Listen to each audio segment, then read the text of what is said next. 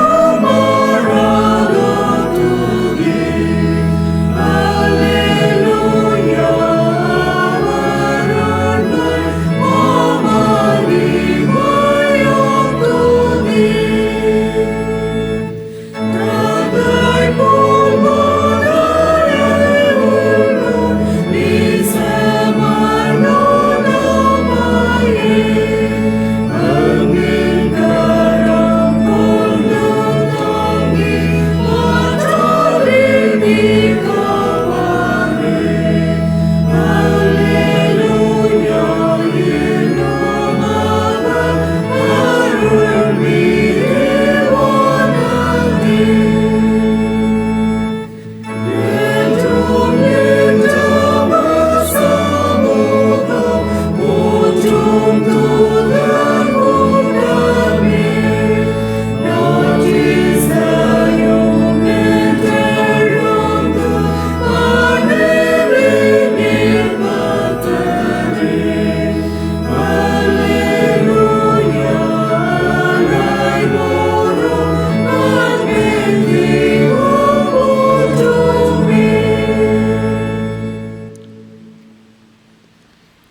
நாம் இருக்கிற இடத்திலே நம்முடைய பாதங்களை மடக்கி ஆண்டவருடைய சமூகத்தில் நம்முடைய பாவங்களை நாம் அறிக்கை செய்வோம், ஜெபம் செய்வோம்.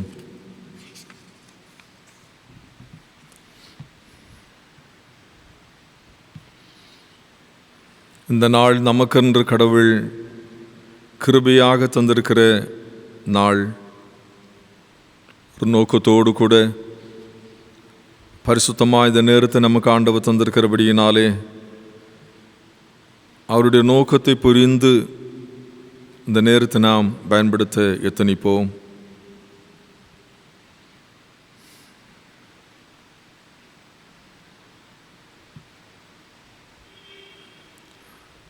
நம்முடைய தலைமை குரு நம்முடைய வலுமின்மையை கண்டு இரக்கம் காட்ட இயலாதவர் அல்ல.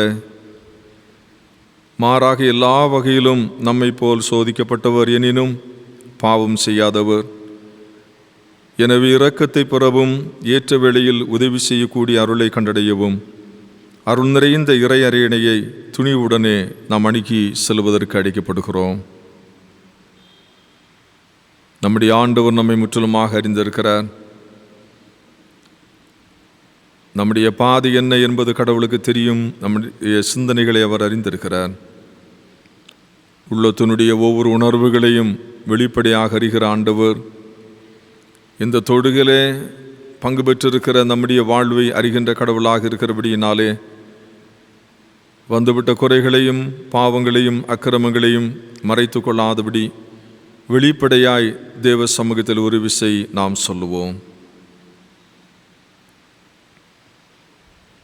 வேறு எந்த பலிகளையும் ஆண்டவர் ஏற்றுக்கொள்ளாமல் இருந்தாலும் நொறுங்குண்ட பலி என்கிற இதயத்தினுடைய உடைவுகளை ஆண்டவர் ஏற்றுக்கொள்கிறார். கடவுளுக்கு ஏற்ற பலி நொறுங்குண்ட நெஞ்சமே. கடவுளே, நொறுங்கிய குற்றம் உணர்ந்த உள்ளத்தை நீர் அவமதிப்பதில்லை. நீங்கள் உங்கள் உடைகளை அல்ல, இருதயத்தை கிழித்து உங்கள் கடவுளிடம் திரும்பி வாருங்கள். அவர் அருள் நிறைந்தவர், இரக்கமிக்கவர், நீடிய பொறுமையுள்ளவர், எல்லாவற்றிற்கும் மேலாக பேரன்பு மிக்கவர். இந்த நம்பிக்கையோடு ஒரு விஷயம் நாம் ஆண்டவரை கிட்டி சேருவோம்.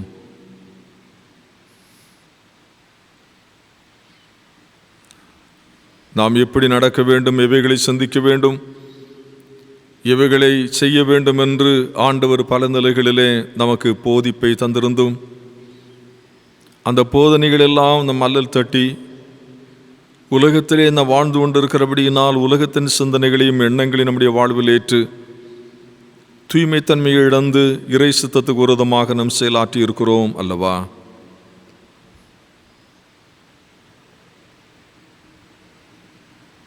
பின்வாங்கி சென்ற அனுபவங்கள் நம்முடைய வாழ்க்கையில் உண்டு அல்லவா? பரிசுத்த ஆவியானவருக்கு விரோதமாக முறுமுறுத்த தன்மைகள் நம்முடைய வாழ்க்கையில் உண்டு. இறை சித்தம் என்ன என்பதை திருமுறை மிக தெளிவாக சொல்லியும் நம்முடைய விருப்பத்தினுடைய இறைவனுடைய சித்தம் அமையட்டும் என்று சொல்லி நாம் நினைத்த குறைகள் நம்முடைய வாழ்க்கையில் உண்டு. பொறுமை இழந்து பேசின சில வார்த்தைகள் எத்தனையோ மக்களுடைய உள்ளத்திலே காயங்களை உருவாக்கிறது அல்லவா? குடும்ப சூழலிலே அமைதியை நம்மாலே காத்துக்கொள்ள இயலவில்லை. திருச்சபையிலே சமூக வாழ்விலே சாட்சியை நம்மாலே காத்துக்கொள்ள முடியவில்லை. பெயர் கிறிஸ்தவர்களாக நாம் இந்த உலகத்திலே வாழ்ந்து கொண்டிருக்கிறோம். என்னை மன்னியும் ஆண்டவரே என்று நாம் சொல்லுவோம்.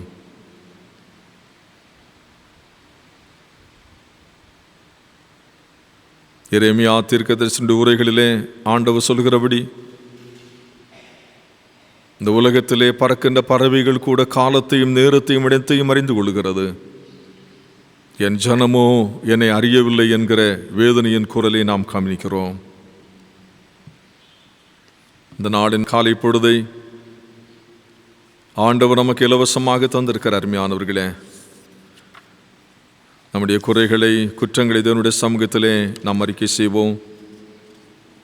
ஆண்டவர் தம்முடைய மன உருக்கத்தோடு கூட நம்மை பின்தொடர்ந்து வந்து நமக்கு வாழ்வு தர விரும்புகிறார். அந்த வாழ்வை நாம் அழிக்காதபடி அதை பெற்றுக்கொள்வதற்கு நாம் விரும்புவோம். பாவி கேள் உன் ஆண்டவர், அறையுண்ட இரட்சகர் கேட்கிறார், என் மகனே அன்புண்டோ என் பேரிலே? நீக்கினேன் உன் குற்றத்தை, கட்டினேன் உன் காயத்தை, தேடி பார்த்து ரட்சித்தேன், ஒளி வீச பண்ணினேன், அன்புண்டோ என் பேரிலே. ஒரு தடம் மௌனமாக நம்மையெல்லாம் நேசித்து நமக்காக சிலுவையிலே மரித்து காயப்பட்டு இன்றைக்கும் வாழ்ந்து கொண்டிருக்கிற ஆண்டவர் விரும்புகின்ற பரிசுத்தம், அன்பு நம்முடைய வாழ்வில் உண்டோ என்று சொல்லி ஒரு விசை நாம் சிந்திப்போம். பாவங்களை அறிக்கை செய்வோம்.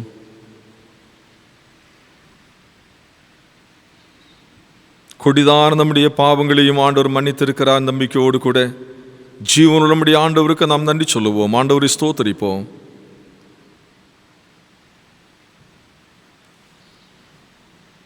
நமது கண்களை கண்ணீருக்கும், கால்களை இடறுதலுக்கும், நமது உயிரை மரண கண்ணிகளுக்கும், நமது எதிர்நோக்கி அழிவில் இருந்தும் பாதுகாத்த கடவுளுக்கு நாம் நன்றி சொல்லுவோம். கொடுமையான பயங்கரமான உலகத்திலே வாழ்ந்து கொண்டிருக்கிறோம். ஒரு நிமிடம் கூட நம்பிக்கையோடு இந்த உலகத்தில் வாழ முடியாத சூழ்நிலைகளிலும் மரணத்திற்கும் பாடுகளுக்கும் வேதனைகளுக்கும் கண்ணீருக்கும் கர்த்தர் நம்மை விடுவித்து வாழ்ந்திரு என்று சொல்கின்ற வார்த்தையின்படி நம்ம இந்த உலகத்தில் வாட வைத்திருக்கிறாரே. ஆண்டவரை போற்றுவோம். இதயம் அகமகிழட்டும். உள்ள மகிழ்ந்து ஆண்டவருக்கு நன்றி சொல்லுவோம். ஆண்டவர் தந்த ஜீவனுக்காய், சுகத்திற்காய், பலத்திற்காய், ஆரோக்கியத்திற்காக நம் ஆண்டவருக்கு நன்றி சொல்லுவோம். அருமையானவர்களே, ஆண்டவர் தம்முடைய சீஷர்கள் இந்த உலகத்திலே தன்னுடைய வாழ்வுக்கு பின்னால் அனுப்பி நற்செய்தி விளம்பரம் பண்ணியிருக்கிறார். காலாகாலங்களில் தமக்கு தேவையான சீஷர்களை ஆண்டவர் தெரிந்தெடுத்து தம்முடைய பிள்ளைகளை அபிஷேகித்து இந்த உலகத்தில் அனுப்பி நற்செய்தி விளங்க பண்ணி கொண்டிருக்கிறார். அந்த வரிசையில் நம்மையும் ஆண்டவர் சீஷர்களாக வைத்திருக்கிறவருடைய கிருபைக்காக நம் ஆண்டவருக்கு நன்றி சொல்லுவோம். தொடக்க கால திருத்தூதர்களான சீகன்பாக், வில்லியம் கேரி, டிங்கல் தோபே, மகாராசன் வேதமாணிக்கம் போன்ற மாமனிதர்களுக்காக நம் கடவுளுக்கு நன்றி சொல்லுவோம். இன்றைக்கு நானும் நீங்களும் ஆண்டவருடைய சீஷர்கள் என்கிற பெரிய பாக்கியத்தை பெற்றிருக்கிறதற்காக ஆண்டவரை போற்றுவோம்.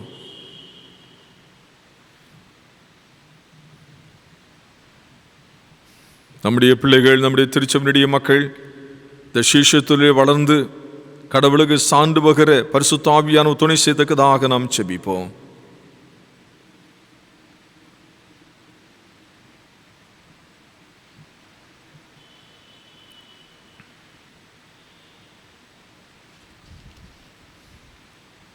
இன்றைக்கு ஆண்டவர் உலக பிரகாரமான சூழ்நிலைகளிலே தன்னுடைய சமூகத்திலே கூடி வந்து ஆராதிக்க இயலாமல் இருந்தாலும் ஊடகத்தின் வழியாக பங்கு பெற்றுக் கொள்வதற்கு ஒரு வாய்ப்பு தந்திருக்கிறாரே. ஆண்டவரை போற்றுவோம். ஆண்டவர் தந்திருக்கிற மீதான குடும்ப சூழல், பரிசுத்தமான ஆத்மீக வாழ்க்கை, சமூக வாழ்க்கை, பிரமக்களோடு அன்பு பாராட்டி வாடுகிற உலக வாழ்க்கை, இவைகளுக்காக ஆண்டவரை போற்றுவோம். ஆண்டவர் தந்திருக்கிற வேலை, உண்டகத்தினுடைய ஆசீர்வாதங்கள், பாதுகாப்புக்காக கடவுள் தந்திருக்கிற தூதர்கள், இவைகளெல்லாம் நினைத்து நம் ஆண்டவரை போற்றுவோம். ஆத்துமிக நடத்தும்படியாக கடவுள் தந்திருக்கிற போதகர்கள், திருப்பணிபடி அலுவலுக்காக நன்றி சொல்லுவோம். நெருக்கங்களும் கண்ணீரும் வேதனையும் வருகிற பொழுது பல பெரியவர்கள் நமக்கு தருகிற ஆறுதல் வார்த்தைகளுக்காக ஆண்டவரை போற்றுவோம். பிதா தன்னுடைய திருக்குமாரை தருகின்ற அளவுக்கு அன்பு நிறைந்தவராக இருந்தார். அவருடைய மரணத்தின் மூலமாக நாம் பெற்றிருக்கிற மீட்புக்காக ஆண்டவரை போற்றுவோம். அகமகிழ்ந்து ஆண்டவரை ஸ்தோத்திரிப்போம். என் ஆத்துமாவே கர்த்தரை ஸ்தோத்திரி, என் முழு உள்ளமையருடைய பரிசுத்த நாமத்தை ஸ்தோத்திரி. என் ஆத்துமாவே கர்த்தரை ஸ்தோத்திரி, அவர் செய்த சகல உபகாரங்களை மறவாதே. ஆமென். இயேசு கிறிஸ்துவின் இறைவேண்டலை நாமும் ஏறெடுப்போம். பரமண்டலில் இருக்கிற எங்கள் பிதாவே, உம்முடைய நாமம் பரிசுத்தப்படுவதாக, உம்முடைய ராஜ்யம் வருவதாக, உம்முடைய சித்தம் பரமண்டத்திலே செய்யப்படுகிறது போல பூமியிலேயும் செய்யப்படுவதாக. எங்களுக்கு வேண்டிய ஆகாரத்தை எங்களுக்கு தாரும். எங்கள் கடனாளிகளுக்கு நாங்கள் மன்னிக்கிறது போல எங்கள் கடன்களை எங்களுக்கு மன்னியும். எங்களை சோதனைகள் பிழம்பண்ணாமல் தீமிருந்தங்களை ரட்சித்துக் கொள்ளும். ராஜ்யமும் வல்லமையும் மகிமையும் நிர்ணயிக்கும் முடிவுகளே. ஆமன். அமருங்கள்.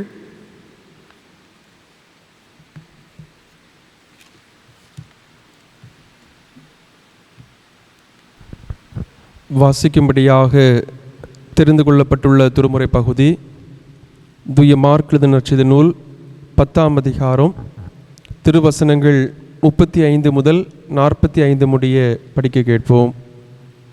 மார்க்கு 10ஆம் அதிகாரம் 35வது வசனம் முதற்கொண்டு.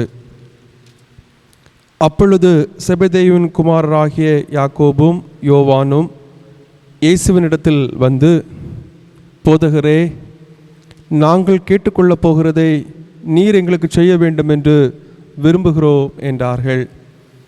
அவர் அவர்களை நோக்கி, நான் உங்களுக்கு என்ன செய்ய வேண்டும் என்று விரும்புகிறீர்கள் என்று கேட்டார். அதற்கு அவர்கள், உமது மகிமையிலே எங்களில் ஒருவன் உமது வலது பார்சத்திலும் ஒருவன் உமது இடது பார்சத்திலும் உட்கார்ந்திருக்கும்படி எங்களுக்கு அருள் செய்ய வேண்டும் என்றார்கள். இயேசு அவர்களை நோக்கி, நீங்கள் கேட்டுக்கொள்கிறது இன்னதென்று உங்களுக்கே தெரியவில்லை. நான் குடிக்கும் பாத்திரத்தில் நீங்கள் குடிக்கவும், நான் பெறும் ஸ்நானத்தை நீங்கள் பெறவும் உங்களால் கூடுமா என்றார். அதற்கு அவர்கள், கூடும் என்றார்கள். இயேசு அவர்களை நோக்கி, நான் குடிக்கும் பாத்திரத்தில் நீங்கள் குடிப்பீர்கள், நான் பெறும் ஸ்நானத்தையும் நீங்கள் பெறுவீர்கள். ஆனாலும் என் வலது பார்சத்திலோ என் இடது பார்சத்திலோ உட்கார்ந்திருக்கும்படி எவர்களுக்கு ஆயுத்தம் பண்ணப்பட்டிருக்கிறதோ அவர்களுக்கே அல்லாமல் மற்றொருவருக்கும் அதை அருளுவது என் காரியமல்ல என்றார். மற்ற 10 பேரும் அதை கேட்டு யாக்கோபின் மேலும் யோவானின் மேலும் எரிச்சலானார்கள். அப்பொழுது இயேசு அவர்களை கிட்ட வரச் செய்து, புறஜாதியாருக்கு அதிகாரிகளாக எண்ணப்பட்டவர்கள் அவர்களை இருமாப்பாய் ஆளுகிறார்கள் என்றும், அவர்களில் பெரியவர்கள் அவர்கள் மேல் கடினமாய் அதிகாரம் செலுத்துகிறார்கள் என்றும் நீங்கள் அறிந்திருக்கிறீர்கள். உங்களுக்குள்ளே அப்படி இருக்கலாகாது. உங்களில் எவனாகிலும் பெரியவனாய் இருக்க விரும்பினால் அவன் உங்களுக்கு பணிவிடைக்காரனாய் இருக்க கடவன். உங்களில் எவனாகிலும் முதன்மையானவனாய் இருக்க விரும்பினால் அவன் எல்லாருக்கும் ஊழியக்காரனாய் இருக்க கடவன். அப்படியே மனுஷகுமாரனும் ஊழியம் கொள்ளும்படி வராமல் ஊழியம் செய்யவும் அநேகரை மீட்கும் பொருளாக தம்முடைய ஜீவனை கொடுக்கவும் வந்தார் என்றார் என்பதே. இதனால் கிறிஸ்துவுக்கே மகிமை உண்டாவதாக.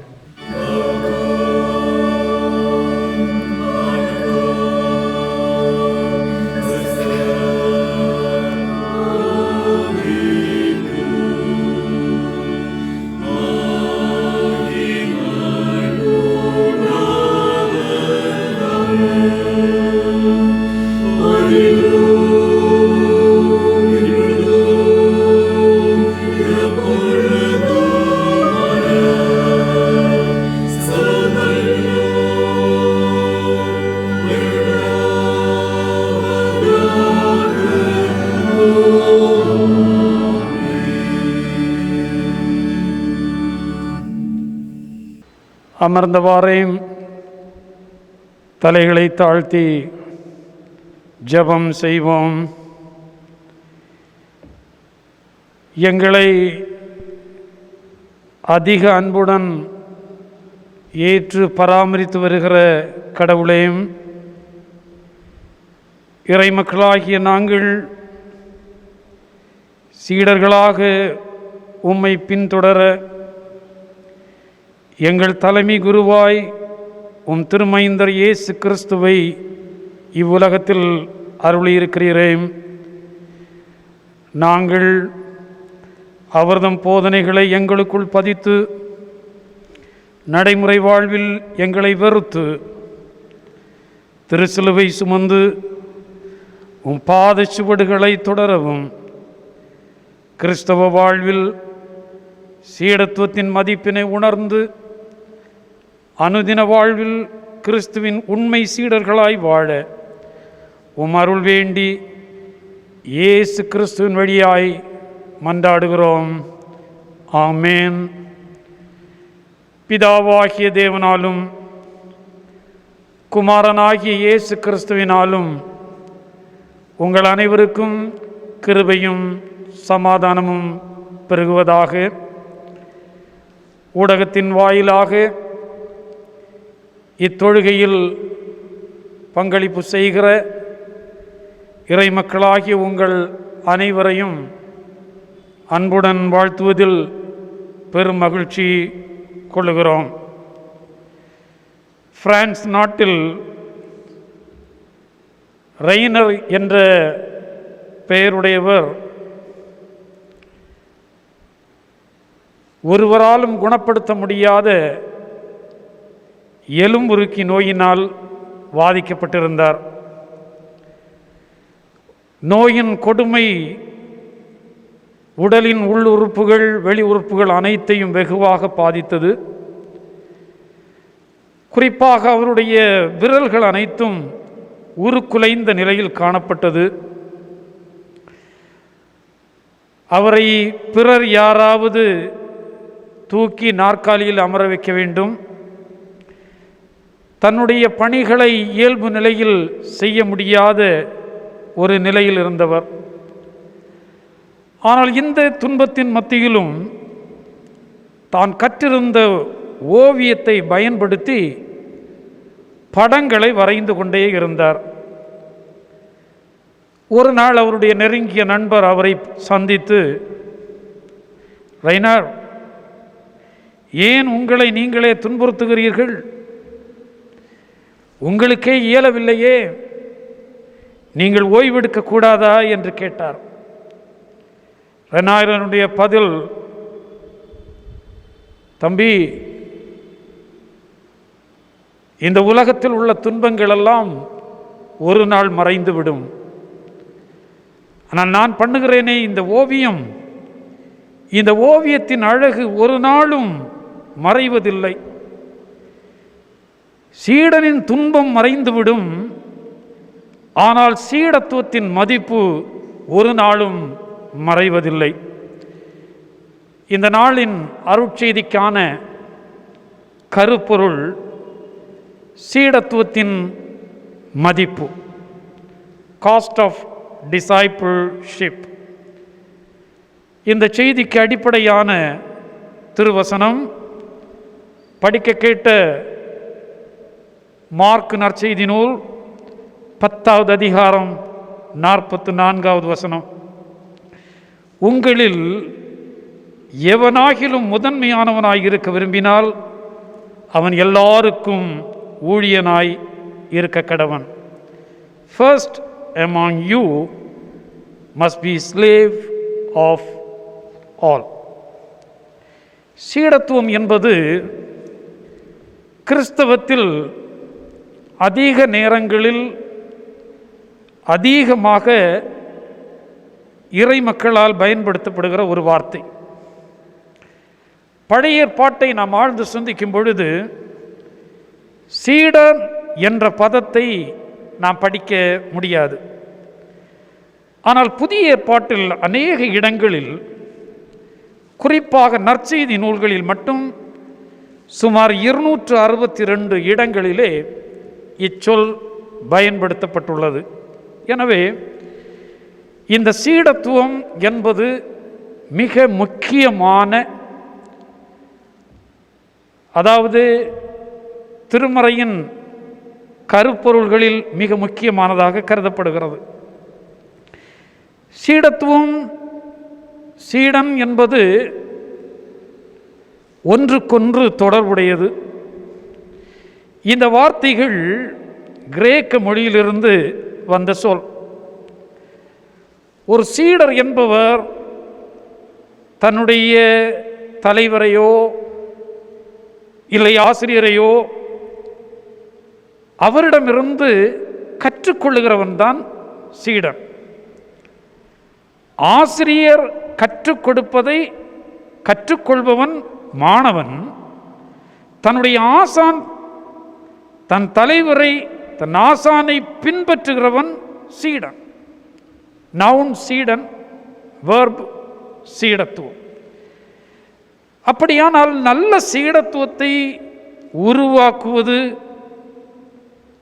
நல்ல தலைமைத்துவத்தை அடிப்படையாக கொண்டது. டயட்ரிக் பான்ஹோஃபர் என்ற இறையியலாளர் சீடத்துவத்தினுடைய சில கருத்துக்களை அவர் வெளிப்படுத்தும் பொழுது முக்கியமாக ஒரு செய்தியை அவர் அறிவிக்கிறார். சீடத்துவம் இல்லாத கிறிஸ்தவம் கிறிஸ்து இல்லாத கிறிஸ்தவம். Christianity without discipleship is always Christianity without Christ. திருமறையின்படி கிறிஸ்துவை பின்பற்றுகிற நாம் அனைவருமே சீடர்கள். அப்போஸ்தலர் நடபடிகள் 11வது அதிகாரம் 26வது வசனத்திலே, அந்தியோக்கியா பட்டணத்தில் சீடர்கள் கிறிஸ்தவர்கள் என்ற பெயரை பெற்றார்கள். கிறிஸ்தவன் என்றால் சீடன் என்று பொருள், கிறிஸ்தவர்கள் என்றால் சீடர்கள் என்று பொருள். ரவிமார்கள் அவர்களை பொறுத்த மட்டிலே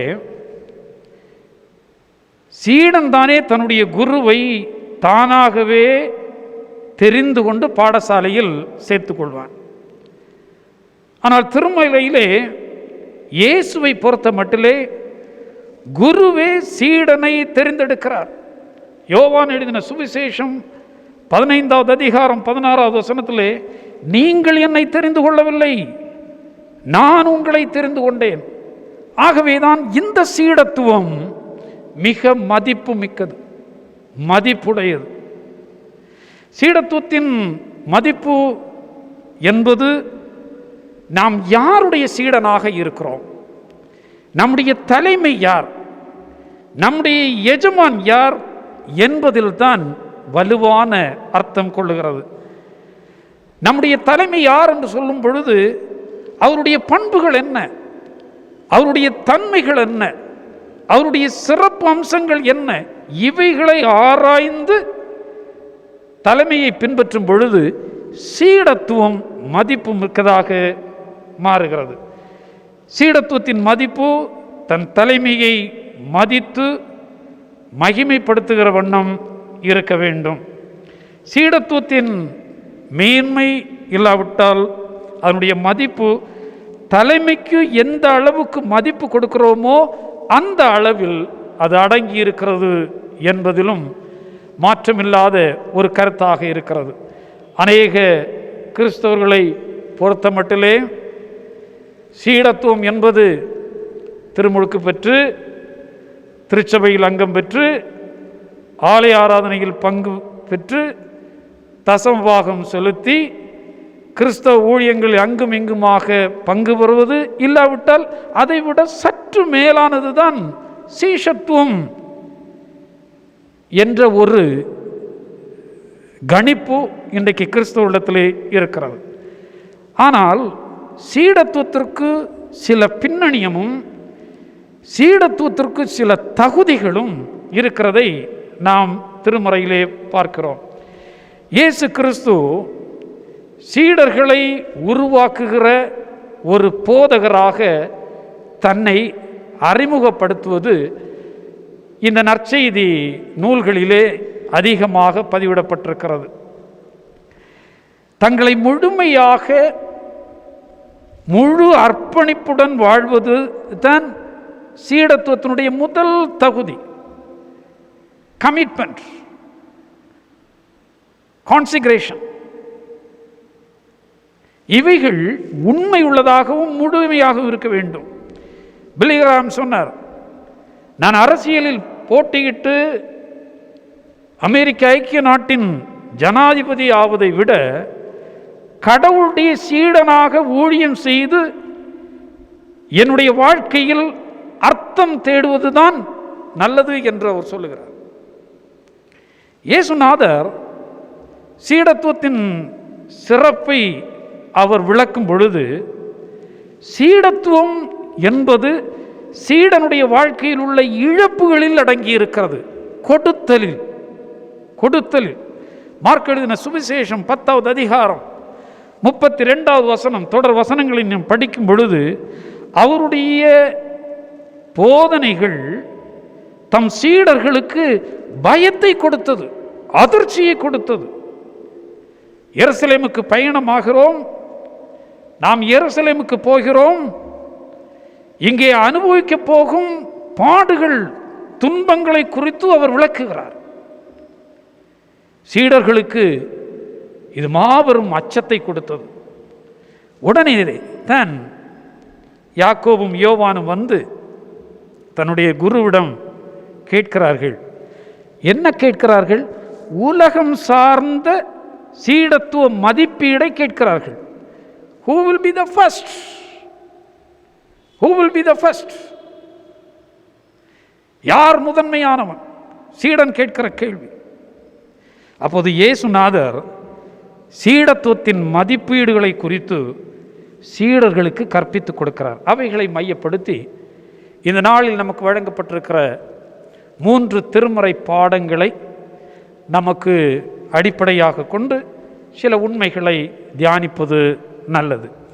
ஒன்று, இந்த சீடத்துவம் என்பது பணிவிடை செய்து எஜமானை இல்லாவிட்டால் குருவை பின்பற்ற வைக்கிற சீடத்துவம். பழைய ஏற்பாட்டிலே தீர்க்க தரிசிகளில் மிகவும் வலிமையான தீர்க்க தரிசி எலியா. எலியா தீர்க்க தரிசி பரத்திற்கு எடுத்துக்கொள்ளப் போகிறதை அறிந்த அவர்தம் சீடன் எலிசா அவரை பின்தொடர்ந்து கொண்டே இருக்கிறார். 2 ராஜாக்களின் புஸ்தகத்தில் இது தெளிவுபடுத்தப்பட்டிருக்கிறது. யோர்தான் கடந்து சொல்லும் பொழுது எலியா தன் சீடன் எலிசாவிடம் கேட்கிறார், நான் உனக்கு என்ன செய்ய வேண்டும்? What shall I do for you? My time is going to be ended. என்னுடைய நேரம் ஏறக்குறைய முடிய போகிறது. உண்மை சீடனே, உனக்கு என்ன வேண்டும் என்று கேட்கிறார். அதற்கு எலிசா என்ன சொல்லுகிறார் என்றால், உம்முடைய ஆவி என் மீது 2 மடங்காக இருக்க வேண்டும். எலியா சொல்லுகிறார், நான் எடுத்துக்கொள்ளப்படும் பொழுது அப்பொழுதும் நீ என்னை பின்தொடர்ந்தால், அப்பொழுதும் நீ என்னை கண்டால் அது உனக்கு கிடைக்கும் என்கிறார். அர்த்தம், இறுதி வரை நீ என்னை பின்பற்றினால் இது உனக்கு கிடைக்கும் என்று சொல்லுகிறார். குரு சீடன் உறவில் பொதுவாக நம்முடைய கருத்து என்ன என்றால், குருவிடமிருந்து அறிவை பெற்றுக்கொள்கிறோம், பல உண்மைகளை பெற்றுக்கொள்கிறோம், தியரிட்டிக்கல் அண்டர்ஸ்டாண்டிங். ஆனால் நம்முடைய திருமறை நமக்கு கொடுக்கிற சீடத்துவம் குருவிடமிருந்து அறிவை கற்றுக்கொள்வது மட்டுமல்ல, குருவிடமிருந்து குருவையே நாம் பெற்றுக்கொள்வது, குருவின் வாழ்வையே நாம் பெற்றுக்கொள்வது, அந்த வாழ்வை கடைசி வரை விடாமல் பின்பற்றுவது. இங்கே எலிசா தூங்காமல், வேறு பணிகளில் கவனத்தை இழக்காமல் எலியாவை கடைசி மட்டும் அவர் பின்தொடர்ந்த காரணத்தினால் ஆவியை 2 மடங்கு பெற்றார் என்று திருமறை விளக்குகிறது. எலிசா எலியாவை பின்தொடர்ந்தது கடைசி வரைக்கும். இரண்டாவது, எலிசா எலியாவை தன்னுடைய ஆசானாக கொண்டு சீடனாக அவர் வாழ்ந்தது, பின்தொடர்ந்தது பூமிக்குரிய ஆசீர்வாதத்திற்காக அல்ல, பரத்தின் வாழ்வை, அரிதானதை, அவரிடமிருந்து வெளிப்படுகிற அரிதான காரியத்தை பெற்றுக்கொள்வதற்காக அவர் பின்தொடர்கிறார், பின்பற்றுகிறார். இன்று சீடர்களாகிய நாம் கிறிஸ்துவை எதற்காக பின்பற்றுகிறோம்? பொருளாதார உயர்வு, வேலை வாய்ப்பு, உலக நலன், வாழ்நாட்கள் நீடிக்கப்பட. கிறிஸ்துவிடம் கொண்டுள்ள எதிர்பார்ப்பு உலக வாழ்க்கை மட்டும் சார்ந்திருக்கவில்லை. எல்லா மக்களையும் விட நாம் அப்படிப்பட்ட ஒரு நிலையில் இருப்போமானால் மற்ற மனிதர்களை விட நாம் பரிதவிக்கப்படத்தக்கவர்களாக இருப்போம். பவுலடியார் கொரிந்து சபைக்கு சொல்லும் பொழுது, இம்மைக்காக மாத்திரம் நாம் கிறிஸ்துவின் மேல் நம்பிக்கையாக இருந்தால் எல்லா மனுஷரை பார்க்கிலும் பரிதவிக்கப்படத்தக்கவர்களாக இருப்போம் என்று அங்கே எச்சரிப்பு சொல்லுகிறார்.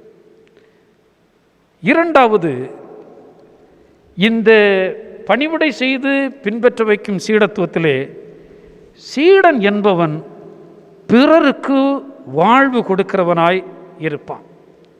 ஒன் ஹூ சர்வ், பிறருக்கு வாழ்வாய் இருப்போம்.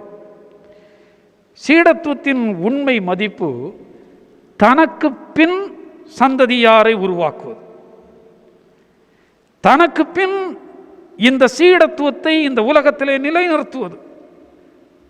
கொரிந்து சபை மக்கள் தாங்கள் பெற்ற போதனைகள், திருமுழுக்கு, திருவிருந்து போன்றவற்றிலே பல்வேறு சந்தேகங்கள் ஏற்பட்ட பொழுது கிறிஸ்துவின் தூதுவராய் தன்னை அறிமுகப்படுத்தின பவுலார் அவர்களை கிறிஸ்தவ விசுவாசத்தில் நிலைத்து நிற்க செய்ய அங்கே பல அறிவுரைகளை கூறுகிறார். அதில் ஒன்று, விசுவாசிகள் பலப்படும்படி சீடர்கள் குற்றம் சாட்டப்படாதவர்களாய் இருக்க வேண்டும். இதுதான் சீடத்துவத்தினுடைய மதிப்பு. பல நிலைகளில் சீடர்கள் என்று திருச்சபை சார்ந்து வெளிப்படுத்தி கொண்டிருக்கிற ஒவ்வொருவருக்கும் மற்ற அவிசுவாசிகள், மற்றவர்கள் நம்மிலே இந்த சீடத்துவத்தின் மதிப்பை காண வேண்டும் என்றால் பிறரால் குற்றம் சாட்டப்படாதவர்களாய் இருக்க வேண்டும். கிறிஸ்துவின் சீடனாகிய பவுல் தீமோத்தேயுவையும் தீத்துவையும் தன்னை போல உருவாக்க அவர் சில முயற்சிகளை மேற்கொண்டார். நீங்கள் அப்போஸ்தலர் நடவடிக்கைகள் 16வது அதிகாரம் 3வது வசனத்திலே ஆயத்தப்படுத்தினார், தகுதிப்படுத்தினார். The first one, அவர்களுக்கு விருத்த சேதனம் பண்ணினார். தெளிவு, ஒரு மாற்றம். கிறிஸ்துவன் தன்னுடைய பணி நாட்களில் சீடர்களை தெரிவு செய்வதையும் அவர்களுக்கு பயிற்சி கொடுப்பதையும் நாம் பார்க்கிறோம். தன்னை முன்னிலைப்படுத்தி, தன்னை பாடமாக்கி, தன்னை மாதிரியாக்கி சொல்கிறார். திருமறையின் அந்த பகுதியில் நான் படிக்கும் பொழுது 4 விதத்தில் சொல்லுகிறார். நான் செய்கிறேன், நீ கவனி. உன்னுடைய எஜமான், உன்னுடைய தலைவன், உன்னுடைய குரு செய்கிறான், ஆகவே நீ கவனி. ஐ டூ, so you listen. இரண்டாவது, அவர் கற்றுக் கொடுப்பதில் சொல்லுகிற காரியம், நான் செய்கிறேன், நீ உதவு. மூன்றாவது, நீ செய்கிற காரியத்தை நான் கவனித்துக் கொண்டே இருக்கிறேன். நான்காவதாக, நீ ஒரு காரியத்தை செய், நான் அந்த காரியத்திலே உனக்கு உதவியாய் இருக்கிறேன். இவைகளெல்லாம் சீடத்துவத்தை சரியான நிலையிலே உருவாக்குகிற ஒரு பணியைத்தான் இயேசுநாதர் செய்தார் என்பதை பார்க்கிறோம். வாழ்க்கையின் பாடத்தை அனுபவ ரீதியாக இயேசுநாதர் கற்பித்துக் கொடுத்தார். இரண்டாவதாக நாம் பார்க்கும் பொழுது, பாடுகளினால் பாதிப்படையாத சீடத்துவத்தினுடைய மதிப்பு. தானியேல் 6வது அதிகாரம் 16வது வசனத்தை நாம் படிக்கும் பொழுது, அவர்கள் தானியேலை கொண்டு வந்து அவனை சிங்கங்களின் கெபியிலே போட்டார்கள். சீடத்துவம் கடினமானது, சீடத்துவம் ஆபத்து நிறைந்தது, சீடத்துவம் கஷ்டங்கள் நிறைந்தது. சீடத்துவம் கடினமானது, ஆனால் சாத்தியமானது. சீடனுடைய அழைப்பு என்று சொல்வது மிகவும் மதிப்பு மிக்கது. ஆனால் அதில் அடங்கி இருக்கிற உழைப்பு என்று சொல்வது மிகுந்த கடினமானது. சீடத்துவம் என்பது நாம் கொண்டிருக்கிற சில பதவிகளில், சில பட்டங்களில், சில உயர்ந்த நிலைகளில் இல்லை. மாறாக பாடுகளுடைய செடியில் மலருகிற ஒரு மலர்தான் சீடத்துவம். தானியேல் என்பவர் நேபுகாத் நேச்சரால் பாபிலோனுக்கு சிறையாக கொண்டு போகப்பட்டவர். ஆனால் கடவுளை பின்பற்றும் சீடத்துவ பாதையிலே சிறிதளவும் எள்ளளவேனும் களங்கமில்லாமல் வாழ்ந்தவர் தான் தானியேல். எனவே அந்நிய தேசத்தில் அதிகாரியானார். அந்த அதிகாரிக்கும் அந்த தேசத்திலே ஒரு பெரிய சோதனை காத்திருந்தது. 2 கேள்விகள் தானியேலை துளைத்துக் கொண்டிருந்தது. சீடத்துவ வாழ்வு முதன்மையானதா, இல்லை சிங்கக்கவியே இல்லாத வாழ்வு முதன்மையானதா? சீடத்துவமா, இல்லை சிங்கக்கவியா? இறுதியில் நாம் படிக்கிறோம், தானியேல் சிங்கக்கபியை தெரிந்து கொண்டு அதை சிங்காசனமாக மாற்றினார். சீடத்துவ வாழ்விற்கு மதிப்பு சேர்த்தார் என்று பார்க்கிறோம். இதனைத்தான் இயேசுநாதர் தம்முடைய சீடர்களுக்கு எருசலேமில் படப்போகும் பாடுகளை விளக்கும் பொழுது பேதுரு சொல்லுகிறார், இது உமக்கு நேரிடக்கூடாது, இது உமக்கு சம்பவிக்கக்கூடாது என்று வாதிட்டு சொல்லும் பொழுது இயேசு சிலுவைதான் மகிமை, சீடத்துவத்தின் மகிமை என்று கூறி பேதுருவை அதட்டுகிறதை நாம் பார்க்கிறோம். இயேசுநாதர் தன்னுடைய பாதையில் சீடர்களுக்கு பல்வேறு கோணங்களில் அவர் பயிற்றுவித்தார். மார்க் எழுதின சுவிசேஷத்திலே அமருகிற இடத்திலே முதன்மை வேண்டிய சீடர்களுக்கு நான் குடிக்கும் பாத்திரம் என்ற ஒரு புதிய கொள்கையை அவர் அறிமுகப்படுத்துகிறார். நான் குடிக்கும் பாத்திரம், இதனுடைய அர்த்தம் துன்பத்தின் கிண்ணம், துன்பத்தின் பாத்திரம். எஜமானர் குருவானவர் துன்பத்தை அழைப்பது அது ஒரு வித்தியாசமான ஒரு குரு சிஷ்யன் ஒரு உறவாக கொள்ளப்படுகிறது. சிலர் நினைக்கிறோம் சீடத்துவம் என்பது துன்பங்கள் நிறைந்தது என்று சொல்லும் பொழுது அது தூய்மையானதாக இருக்கிறதுனால் துன்பங்கள் நிறைந்தது என்ற மாற்று கருத்து கொண்டவர்களாக இருக்கிறோம். மாறாக துன்பம் என்கிற அந்த தீயில்தான் ஒரு விசுவாசியினுடைய, ஒரு சீடனுடைய இதயங்கள் பண்படுத்த முடியும், புடமிடப்பட முடியும், நல்ல மதிப்பை பெற்றுக்கொள்ள முடியும். துளையிடப்படாத புல்லாங்குழலினால் எந்த பயனும் இல்லை. இழுத்து முறுக்கேற்றப்படாத நரம்புகள் கொண்ட வீணையினால் நாதம் உருவாவதில்லை. திருமறையிலே கானானை பெறுகிறதற்கு முன் 40 ஆண்டுகள் இஸ்ரவேல் மக்கள் புடமிடப்பட்டார்கள். தன்னுடைய இந்த உலக திருப்பணிக்குள் நுழைவதற்கு முன் இயேசு பாலைவனத்திலே அவர் பக்குவப்படுத்தப்பட்டார். பவுலடியார் தன்னுடைய அருட்பணியை துவக்குகிறதற்கு முன்னே அரேபிய பாலைவனத்தில் அவருடைய வாழ்க்கை பதப்படுத்தப்பட்டது. ஆக கடவுள் தன்னுடைய ராஜ்யத்திற்கான பணியில் சீடர்களை துன்பம் என்ற நிலத்திலிருந்து தான் தெரிந்தெடுக்கிறார். கிறிஸ்தவ சீடத்துவத்திற்கு துன்பங்கள் அவசியமானது என்பதால் தான் சீடத்துவம் மதிப்பு பெறுகிறது. புகழ்பெற்ற எழுத்தாளரும் உளவியலாளருமான ஸ்காட் பெக் சொல்லும் பொழுது, துன்பங்கள் நமக்கு இருக்கிற ஆற்றலை அது வெளிப்படுத்துகிறது. நம்மை காயப்படுத்தி கொண்டிருக்கிற துன்பங்கள் தான் நமக்கு பாடங்களாக அமைகின்றன. சீடனுடைய பாடம் காயப்படுத்துகிற துன்பங்கள். Those things that hurt instruct. இயேசுநாதரும் இதைத்தான் சொன்னார். லூக்கா எழுதின சுவிசேஷம் 9:22 படி நாம் படிக்கும் பொழுது, துன்பம் வந்தது போனது என்று அல்ல, சீடனுக்கு ஒரு குறிப்பிட்ட காலத்தில் அந்த துன்பம் வந்து போவது அல்ல, அனுதின அனுபவம். Day to day life, it is his experience. அவனுடைய அனுபவமாய் இருக்க வேண்டியது கட்டாயம். சீடர்கள் மரணம் வரை அவருடைய வாழ்க்கை துன்பம் நிறைந்ததாக இருக்கும்.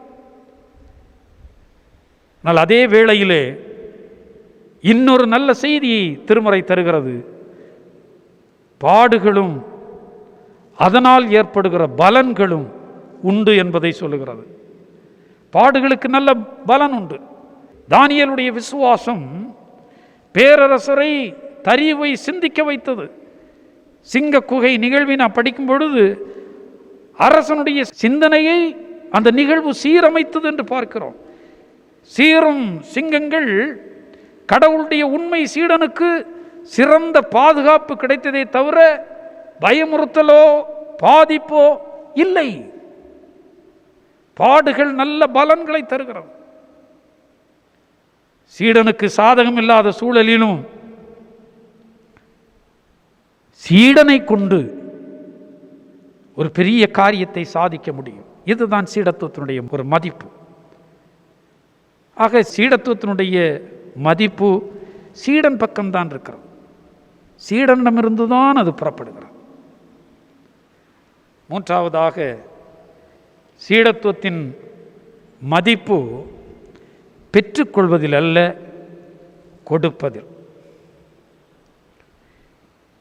இழப்பில், வழங்குவதில் அமைந்திருக்கிற ஒரு மதிப்பு. மார்க் எழுதின சுவிசேஷம் 10வது அதிகாரம் 45வது வசனம், மனுஷகுமாரன் ஊழியம் கொள்ளும்படி வராமல் ஊழியம் செய்யவும் அநேகரை மீட்கும் பொருளாக தம்முடைய ஜீவனையும் கொடுக்கவும் வந்தார். இயேசு கிறிஸ்து வலதுபுறம் மற்றும் இடதுபுறத்தில் அமர்ந்திருப்பதுதான் சீடத்துவம் என்று நினைத்து இயேசுவை அணுகின யோவான் யாக்கோபிடம், சீடத்துவத்தின் மதிப்பு என்பது அமரும் இடத்தில் அல்ல, நீ கொண்டிருக்கிற நல்ல நிலைகளில் அல்ல, நீ அணுகிற அணுகுமுறையில் தான் அமைந்திருக்கிறது என்பதை அவர் இந்த பகுதியிலே விளக்கி கொடுக்கிறார். மார்ட்டின் லூதர் ஒரு முறை சொன்னார், சீடத்துவத்தை கொடுக்காத, சீடத்துவத்தை வழங்காத, சீடத்துவத்தை மாதிரியாக்க சமயம் ஒரு சமயமே அல்ல. It's not a religion. சிப்பாய் ஒருவர் போரில் தன்னுடைய கையை இழந்தார். போர் முடிந்து திரும்பி வரும் பொழுது தன் தளபதி கேட்டார், உன் கையை இழந்து விட்டாயே என்றார். அதற்கு அவன் சொன்ன பதில், இழக்கவில்லை, கொடுத்து வந்தேன். கொடுத்த காரணத்தினால் அது அங்கு வேலை செய்யும், அது பலனை கொண்டு வரும். இன்றைக்கு சீடத்துவம் என்பது அது ஒரு சொற்றொடராக, வார்த்தைகளான சில வரிகளாக மட்டும் அமைகிறது. அது எப்பொழுது செயல்களாய் அமைகிறதோ அப்பொழுதுதான் தன்னுடைய எஜமானுக்கு உண்மையான சீடத்துவத்தை வெளிப்படுத்துகிறது. திருவிழா காலத்திலே இயேசுவை காண ஆவலாய் வந்த கிரேக்கர்களை பார்த்து சொன்னது, கோதுமை மணியானது மண்ணில் விழுந்து மடியாவிட்டால் அது அப்படியே இருக்கும், அது மடிந்தால்தான் மிகுந்த விளைச்சலை கொடுக்கும். வேடிக்கையான கதை ஒன்று உண்டு. ஒருமுறை ஒரு ஆடும் கோழியும் நட்புறவோடு சேர்ந்து ஒரு சந்தை வெளி பக்கமாய் சென்று கொண்டிருந்தது. அவைகள் செல்லும் பொழுது ஒரு கடையிலே ஏராளமான அழகிய முட்டைகள் அழகாக அடுக்கி வைக்கப்பட்டிருந்தது. கோழி அதை ஆட்டிற்கு காண்பித்து கொடுத்து மிகவும் பெருமையுடன் ஆட்டை பார்த்து சொன்னதாம், அதோ பார், மக்களுக்கு எவ்வளவு முட்டைகளை நான் அள்ளி அள்ளி அள்ளி அள்ளி கொடுத்திருக்கிறேன் என்று. சற்று தூரத்தில் நடந்து சொல்லும் பொழுது ஒரு கசாப்பு கடை வந்தது. இப்பொழுது ஆடு கோழியை பார்த்து சொன்னது, கோழியே, அதோ பார், நான் என்னையே இரத்தம் சொட்ட சொட்ட கொடுத்திருக்கிறேன் என்றது. சீடத்துவத்தின் மதிப்பு உண்மையான வாழ்வை கண்டடைவது மட்டுமல்ல, பிறருக்கு அந்த வாழ்வை, தன் வாழ்வை கொடுப்பதன் மூலமாக அடங்கி இருக்கிறது. இதில் தான் சீடத்துவத்தினுடைய மதிப்பு. அன்னை தெரசா சொன்னார்கள், ஜெபிக்கும் உதடுகளை விட பிறருக்கு உதவுகிற துன்பமேற்கும் கரங்களே சிறப்பானது. திருத்துவ கடவுளின் பெயரால் திருமுழுக்கு பெற்று இயேசு கிறிஸ்துவின் உடலையும் உதிரத்தையும் நற்கருணை வாயிலாக பெற்றுக்கொள்ளும் சீடர்கள் என்று அழைக்கப்படுகிற நாம் அவருடைய பாடுகளுக்கு பங்காளிகள் என்பதை மறவாதிருப்போம். அங்குதான் நம் சீடத்துவத்தினுடைய மதிப்பு அமைந்திருக்கிறது. கிரேக்க ஞானி சாக்ரட்டிஸ் தன்னிடம் சீடனாக விரும்பி வருகிறவர்களுக்கு ஒரு சோதனை வைப்பார். சோதனையில் வெற்றி பெறுவனைத்தான் தன்னுடைய சீடனாக அவர் ஏற்றுக்கொள்வாராம். ஒரு தொட்டியிலே தெளிந்த நீரை நிரப்பி மீன்களை அதில் நீந்த விட்டு அந்த ஏற்றுக்கொள்ளப்பட இருக்கிற அந்த சீடனை அந்த தண்ணீரை உற்று பார்க்க சொல்வாராம். சில நிமிடங்கள் கழித்து அங்கே என்ன நீ பார்த்தாய் என்று கேட்பார். பொதுவாக அந்த கேள்விக்கு சரியான பதில், என்னுடைய பிம்பத்தை, என்னுடைய உருவத்தை அந்த தண்ணீரிலே கண்டேன் என்று சொல்வார்கள். நீரையும் நீந்தும் மீனையும் நான் பார்த்தேன் என்று பொதுவாக சொல்வார்கள். ஆனால் அப்படி என்னையும் நீந்துகிற மீனையும் இந்த தண்ணீரையும் தான் கண்டேன் என்று சொன்னால் அவரை சீடனாக சேர்த்துக் கொள்வாராம். சீடத்துவத்தினுடைய மதிப்பு தன்னை மட்டும் காண்கிறவர்களாக அல்ல, பிறனுக்கானவைகளையும் காண்கிற, அறிந்திடுகிற ஒரு மனநிலை உடையவர்களைத்தான் ஆண்டவர் அழைக்கிறார். இன்று அறியாமையை பயன்படுத்தி திருச்சபைகளை சிதைத்து திருப்பணிகளை வியாபாரங்களாக சுயநலனுக்காக கடவுளுடைய பெயரையும் திருச்சபையும் இன்றைக்கு வீணிலே வழங்கி கொண்டு சீடர்கள் என்று சொல்லிக்கொண்டு பெருகிக் கொண்டிருக்கிற ஒரு சமூகம். இது வருத்தத்திற்குரியது. சீடத்துவத்தினுடைய மதிப்பு இன்றைக்கு சோகால்டு சீடர்கள் என்று அழைக்கப்படுகிறவர்கள் தன்னுடைய செயல்பாடுகளினால் இழிநிலையில் இந்த சீடத்துவத்தின் மதிப்பு கீழடையப்படுகிறது. புதிய வாழ்வுக்கு பிறக்க பழைய வாழ்விற்கு மடிவது அவசியம். ஒரு விதையினுடைய இறப்பில்தான் செடி வளர்கிறது, மேகத்தின் சாவில்தான் மழை பிறக்கிறது. சீடனுடைய கொடுப்பதில்தான் சீடத்துவத்தினுடைய மதிப்பு பிறக்கிறது. கிறிஸ்தவத்தின் எந்த காரியத்தையும் எந்த செய்தியையும் அறியவோ சொல்லவோ கேட்கவோ விரும்பாத ஒரு மனிதர் இருந்தார். ஒரு நாள் அவர் கலைத்திறன் எல்லாம் அடுக்கி வைக்கப்பட்டிருந்த, காட்சிக்காக வைக்கப்பட்டிருந்த ஒரு கூடத்தின் வழியாக அவர் நடந்து வந்து கொண்டிருந்தார். அங்கே அவர் நடந்து வரும்போது பல காட்சிகளை கண்டார். குறிப்பாக இயேசுநாதர் சிலுவையில் பட்ட பாடுகளை சித்தரிக்கிற ஒரு ஓவியம், வரையப்பட்ட ஓவியத்தை அவர் பார்க்க நேர்ந்தது. அசைய முடியவில்லை. ஒரு இன்ச் கூட தன்னுடைய காலை எடுத்து அதற்கு அப்புறமாக வைக்க முடியவில்லை. கவனமாக பார்த்தார், உன்னிப்பாக பார்த்தார். உணர்வுகளில் சில மாற்றங்கள் ஏற்பட்டது. ஒரு மனிதன், அழகான மனிதன், தலை தாழ்த்தி எல்லா பக்கத்திலும் இருந்து இரத்தம் சொட்ட சொட்ட, முட்களாலும் ஆணிகளாலும் அறையப்பட்ட, சுற்றப்பட்டிருக்கிற ஒரு சரீரத்தை கொண்டு சிலுவையிலே நின்று கொண்டிருக்கிறாரே, அந்த பாடுகளை உணர்ந்தார். அது மட்டுமல்ல, அதை பார்த்துவிட்டு அதன் கீழே எழுதப்பட்டிருந்த அந்த வாசகத்தை கவனித்தார். கடைசியிலே எழுதப்பட்ட வாக்கியம், All I did for thee what thou hast done for me. All I did for thee what thou hast done for me. Cost is too much. If you love the person in the picture, can't you be my disciple?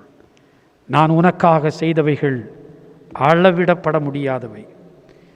இந்த படத்தில் இருக்கிற நபரை நீ அன்பு செலுத்தினால் என்னுடைய சீடனாக நீ மாற மாட்டாயா?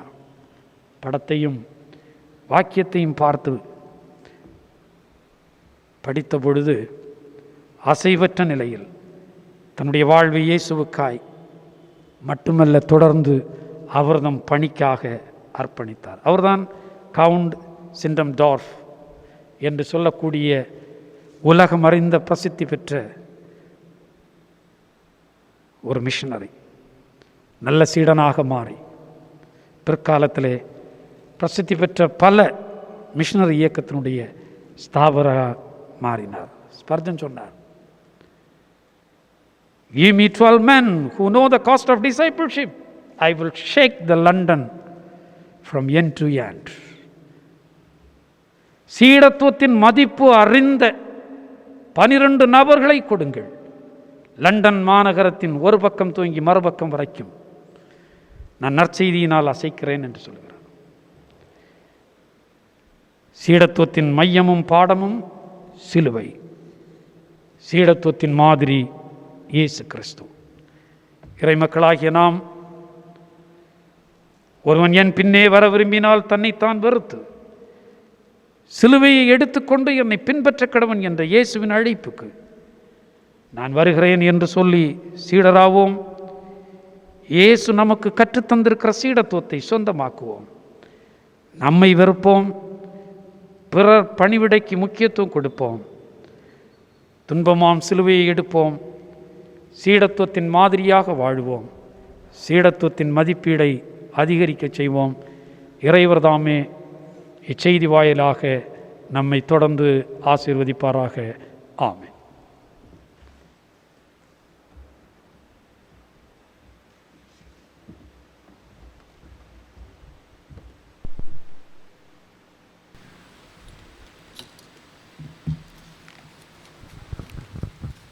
நம் அனைவரும் எழுந்து நின்று நம்முடைய விசுவாசத்தை அப்போஸ்தல பற்றுறுதி அறிக்கையின் வாயிலாக இணைந்து அறிக்கையிடுவோம். வானத்தையும் பூமியும் படைத்த சரளமுள்ள பிதாவாகிய தேவனை விசுவாசிக்கிறேன். அவருடைய ஒரே குமாரனாகிய நம்முடைய நாதர் இயேசு கிறிஸ்துவையும் விசுவாசிக்கிறேன். அவர் பரிசுத்த ஆவியினாலே கன்னிமரிடத்தில் உற்பத்தி பிறந்தார். பொந்தி பிலாத்துவின் காலத்தில் பாடுபட்டு சிலுவையில் அறையுண்டு மரித்து அடக்கமுனப்பட்டு பாதாளத்தில் இறங்கினார். 3ஆம் நாள் மருத்துவத்தில் எழுந்தருளினார். பரமத்துக்கேறி சர்வமுள்ள பிதாவாகிய தேவனுடைய வலது பாசத்திலே வீற்றிருக்கிறார். அவ்விடத்திலிருந்து உயிர்லோரையும் மரித்தோரையும் நியாயம் தீர்க்க வருவார். பரிசுத்த ஆவியை விசுவாசிக்கிறேன். பொதுவாக இருக்கிற பரிசுத்த சபையும் பரிசுத்தவான்களுடைய ஐக்கியமும் பாவ மன்னிப்பும் மரித்தோர் உயிர்த்தெழுதலும் நித்திய ஜீவனுடன் விசுவாசிக்கிறேன். ஆமேன். தொழுகைக்கு நிறைவாக நாம் அனைவரும் நின்ற நிலையிலே 155வது ஞான பாடலை பாடுவோம். ஞான பாடல் எண் 155. தேவாட்டு குட்டிக்கு பன்முடி சூட்டிடும், இன்னிசையாய் பேரோசையாய் விண்கீதம் முழங்கும் என்று சொல்லுகின்ற பாடலை பாடுவோம்.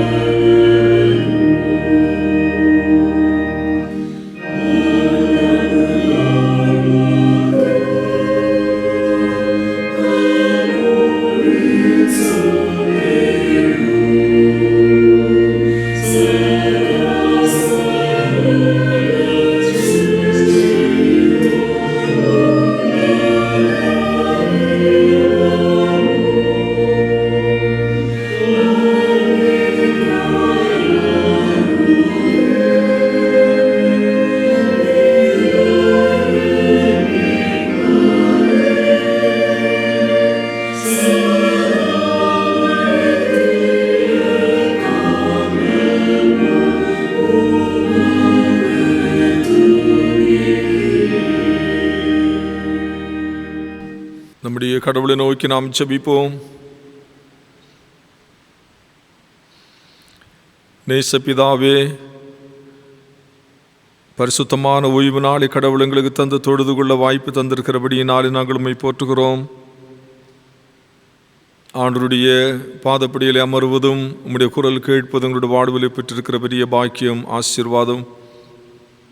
எத்தனையோ மகளுக்கு கிடைக்காத பெரிய பாக்கியத்தை கடவுள் எங்களுக்கு தந்து உம்முடைய திவ்யமான வார்த்தையை தியானித்து அதை கேட்டு பெற்றுக்கொண்டு அதன்படி வாழ்வதற்கு அர்ப்பணிக்கிற நல்ல தருணமாக கடவுள் தந்திருக்கிறீர். உமக்கு ஸ்தோத்திரம், ஸ்தோத்திரம் ஆண்டவரே. அன்பின் கடவுளே, உம்முடைய சிஷ்யர்கள் மூலமாக நாங்கள் பெற்றிருக்கிற ஆசீர்வாதங்களுக்காக உமக்கு நன்றி. பிதாவே, உம்முடைய ஒரே குமாரனாகிய இயேசுநாதரையும் இந்த உலகத்திலே கடவுள் அனுப்பி எளிய மக்களுடைய மத்தியிலே வாழ்ந்து வாழ்வளிப்பதற்கு எங்கள் ஆண்டவர் துணை செய்தீர். நாங்கள் உம்மிடத்திலிருந்து கற்றுக்கொள்கிற காரியங்களை எங்களுடைய வாழ்வின் எங்களுடைய தேவைகளுக்காக மட்டும் செலவழிக்கக்கூடாதபடி கொடுக்கின்ற மக்களாய், இழக்கின்ற மக்களாய், அதன் மூலமாக வாழ்விழந்து நிற்கிற மக்கள் வாழ்வை பெற்றுக்கொள்வதற்கு துணை செய்கின்ற மக்களாய் இருக்க துணை செய்கிற கடவுளை போற்றுகிறோம். சீஷத்துவத்தை குறித்த நல்ல ஒரு செய்தியை கடவுள் இன்றைக்கு எங்களுக்கு தந்திருக்கிறேன். அதை கேட்டிருக்கிற நாங்கள் அப்படியே இந்த உலகத்திலே வாழ்வதற்கு ஒரு விஷயம் அர்ப்பணிக்க பரிசுத்த ஆவியானவர் எங்களுக்கு துணை செய்ய வேண்டும் என்று சொல்லி நாங்கள் ஜெபித்து நிற்கிறோம். ஆண்டவரே, சீஷனாய் வாழ்வதிலே சில பாடுகளும் கஷ்டங்களும் உண்டு. ஆனாலும் மற்ற மக்கள் பெற்றுக்கொள்ளக்கூடியாத ஆசீர்வாதங்களும் மேன்மைகளும் அதற்கு பின்னால் இருக்கின்றன. அந்த சிலுவையின் வழியாக நாங்கள் சென்று கிரீடத்தை எங்களுடைய வாழ்விலை பெற்றுக்கொள்ள விண்ணகத்தின் ஆண்டவர் எங்களுக்கு துணை செய்ய வேண்டும் என்று சொல்லி நாங்கள் ஜெபிக்கிறோம். தலைமை குருவாக இருக்கிற இயேசுனுடைய வாழ்வின் பண்புகள் எங்களுடைய வாழ்விலே நாங்கள் பெற்று கிறிஸ்தவத்தினுடைய மதிப்பீடுகள் இழந்து போகாதபடி பக்தி வினயத்தோடு இந்த உலகத்திலே வாழ எல்லாம் வல்ல கடவுள் துணை செய்ய வேண்டும் என்று சொல்லி நாங்கள் ஜெபித்து நிற்கிறோம். ஆண்டவர் தந்த நல்ல வேலைக்காக, வாய்ப்புக்காக உமக்கு நன்றி.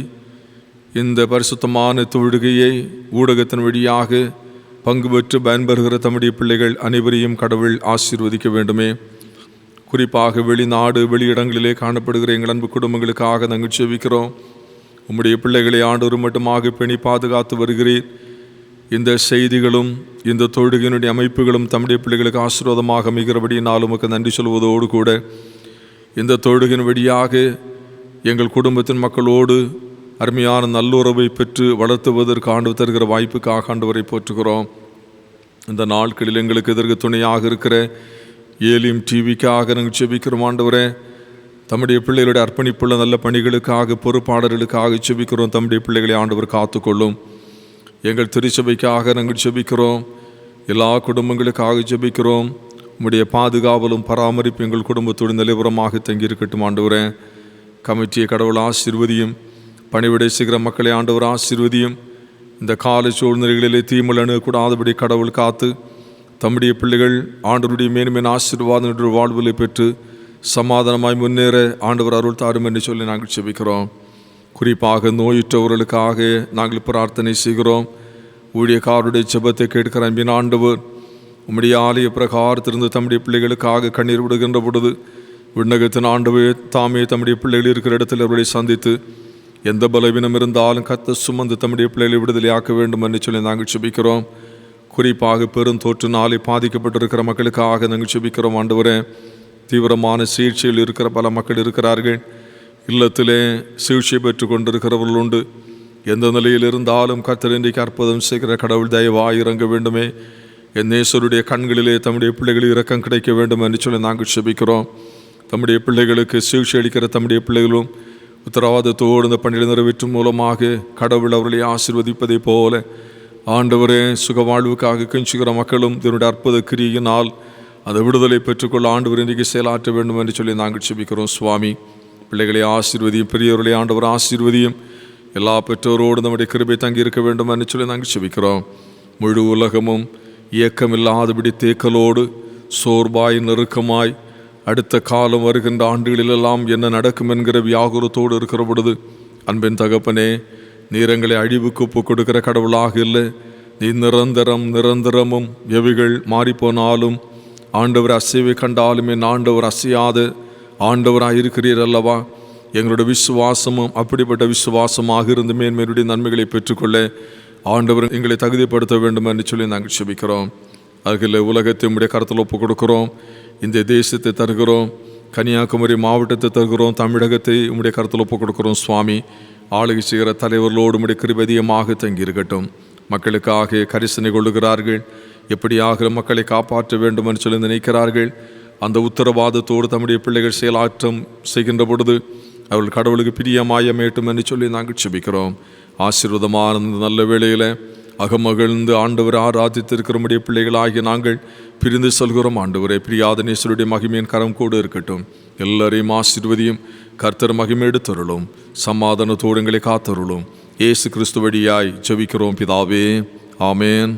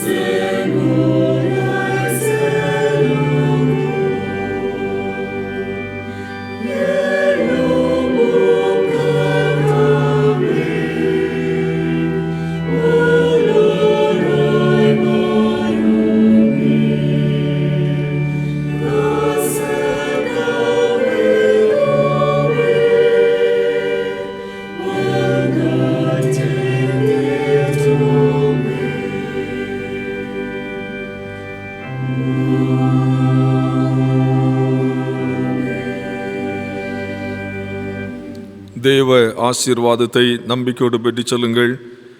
கடவுளின் இரக்கமுள்ள கிருபைக்கும் பராமரிப்புக்கும் உங்களை ஒப்புவிக்கிறோம்.